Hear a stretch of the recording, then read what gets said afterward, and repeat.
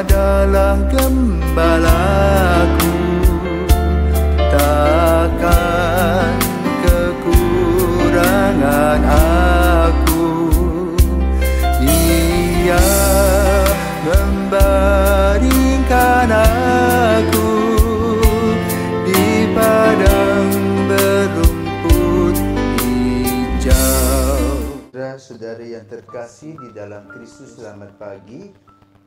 Salam jumpa lagi dalam Sabda Siap Saji, Selasa 3 Oktober 2023, hari biasa pekan ke-26. Marilah kita berdoa dalam nama Bapa dan Putra dan Roh Kudus. Amin. Allah Bapa yang Maha Baik, Engkau senantiasa mendampingi kami melalui Yesus Kristus Putra-Mu.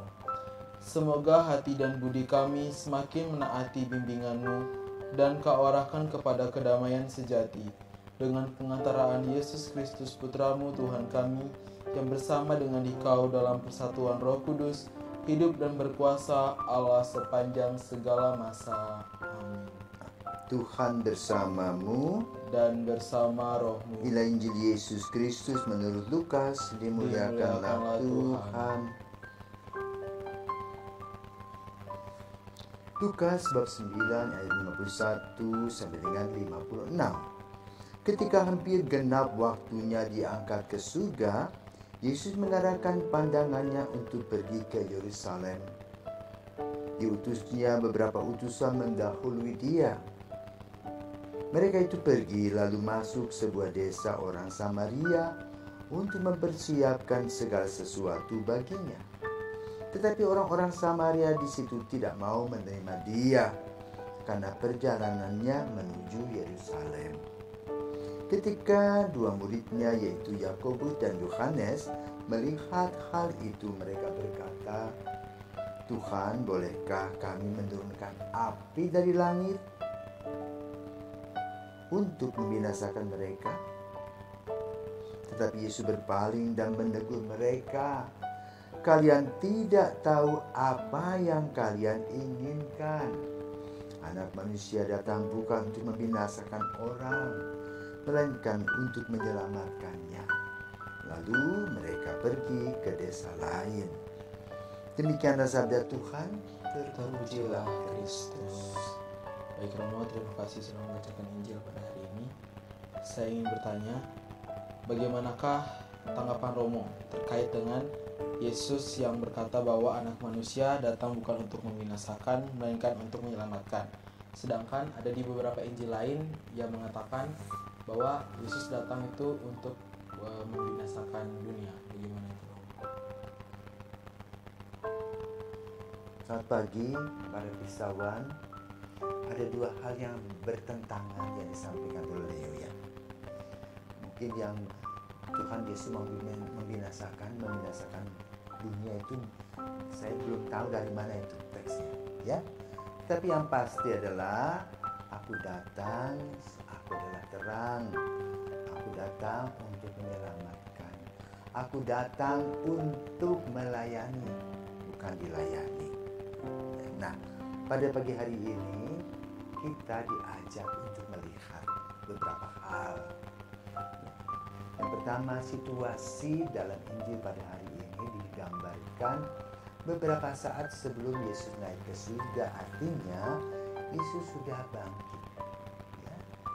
Selama 40 hari Yesus terus berkunjung, bertanda. Yesus disalibkan di Yerusalem, tetapi para murid kembali ke kampung di Danau Galilea. Jadi berapa puluh kilometer dari Yerusalem. Dan Yesus dengan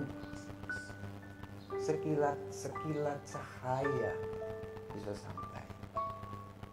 Nah, sekarang dia mungkin berada di daerah Danau Galilea dan akan ke Yerusalem. Tetapi kemudian murid-muridnya itu sampai di daerah Samaria. Nah, Samaria dengan orang Yahudi itu terjadi pertentangan. Orang Yahudi merasa bahwa orang-orang Samaria adalah orang-orang blaster yang artinya tidak murni lagi sebagai darah Yahudi. Kenapa? Karena orang Samaria yang asli itu adalah orang-orang yang masih menyembah berhala. Tetapi dengan kedatangan orang-orang Yahudi yang kawin mawin, maka mau tidak mau mereka diajarkan tentang ajaran Yudaisme, di mana Musa sebagai tokoh sang penyelamat, di mana Abraham adalah nenek moyang mereka, di mana Yakob yang menjadi Israel adalah panutan mereka. Tetapi dalam relasi pada zaman Yesus, orang-orang Samaria itu dianggap oleh orang-orang Yahudi sebagai orang-orang yang tidak berkualitas dalam hal ini. Mereka menyimpang jauh, yaitu mereka bermusuhan. Nah, dalam perjumpaan tadi di mana Yohanes dan Yakobus sampai ke sana dan minta sesuatu, tetapi tanggapan orang Samaria negatif, sehingga terjadilah adanya clash itu. Nah, pertanyaannya, Yohanes dan Yakobus bertanya, apakah clash itu dilanjutkan dengan cara membawa api? Lalu apa kata Yesus? Bukan api yang harus dibawa. Kamu tidak tahu apa yang kamu minta. Itu apa? Kalau dia membawa api artinya peperangan, hancur menghancurkan. Tapi kedatangan Yesus bukan untuk menghancurkan, sebagaimana dia mengatakan tidak satu titik pun dia akan ubah dalam sabdanya, yaitu bagaimana dia datang untuk melengkapi apa yang belum dilakukan oleh orang-orang Yahudi. Apa itu? Penderitaan. Jadi teologi penderitaan itu dari sejak dulu selalu ditolak oleh orang-orang Yahudi. Yang ada dalam diri mereka adalah teologi kemakmuran, teologi kenyamanan. Tapi kemudian dengan datangnya Yesus menghadirkan teologi penderitaan melalui perjalanan hidupnya. Dan perjalanan hidupnya di salib itu adalah di Yerusalem.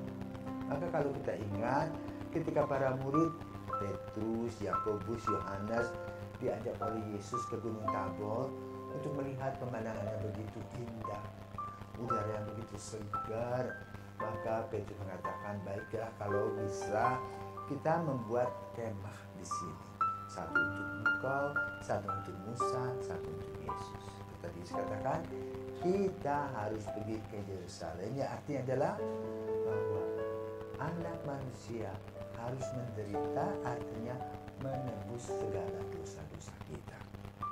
Dan sejak itulah kita diajarkan, bila kita mengalami penderitaan, kita tidak usah terlalu takut.